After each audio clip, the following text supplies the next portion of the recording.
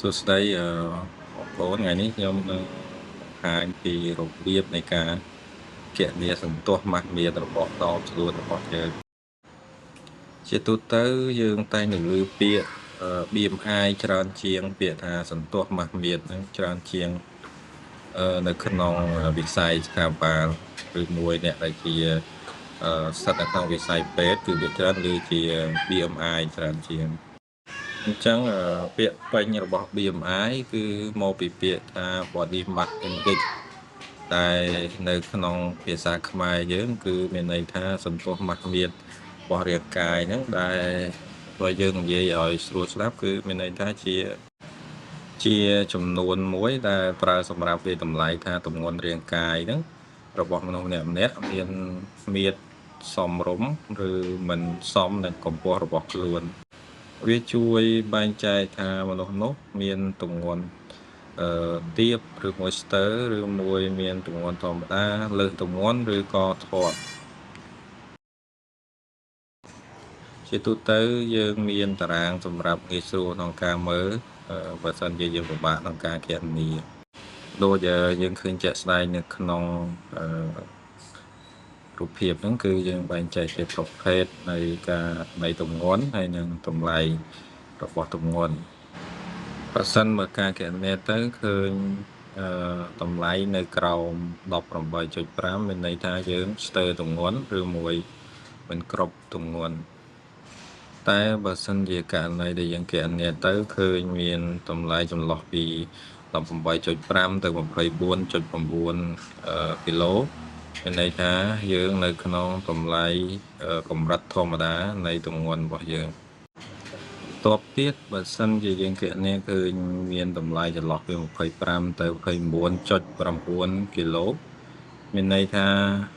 យើងចាប់ផ្ដើមលើសទម្ងន់ហើយបើសិនជាគណនាទៅឃើញមានតម្លៃចន្លោះពី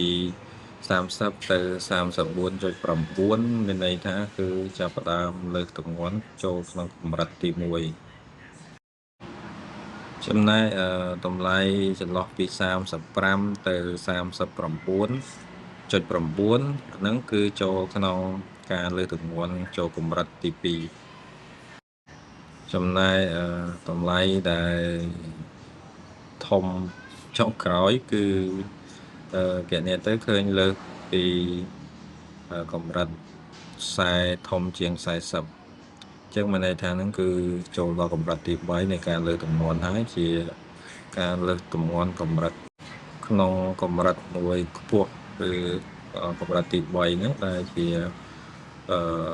កម្រិតមួយខ្ពស់ជាងគេក្នុងចំណោមការលើកទម្ងន់ទាំង4កម្រិតនេះអញ្ចឹងឥឡូវយើងមកមើលពីរូបមន្តនៃការគណនាបើសិនជាយើងគណនានៅខ្លួនឯងអញ្ចឹងរូបមន្តនៃ BMI ដែលជា Body Mass Index ហ្នឹងគឺស្មើនឹងទម្ងន់យើងហៅថាគីឡូហ្នឹងចែកនឹងកម្ពស់របស់យើងលើកជាការ៉េអញ្ចឹងយើងនឹងឃើញបានលទ្ធផលហើយបន្ទាប់មកយើងអាចទៅមើលនៅក្នុងតារាងរបស់យើងមិញហ្នឹងតើលទ្ធផលនៃការគណនារបស់យើងហ្នឹងស្ថិតក្នុង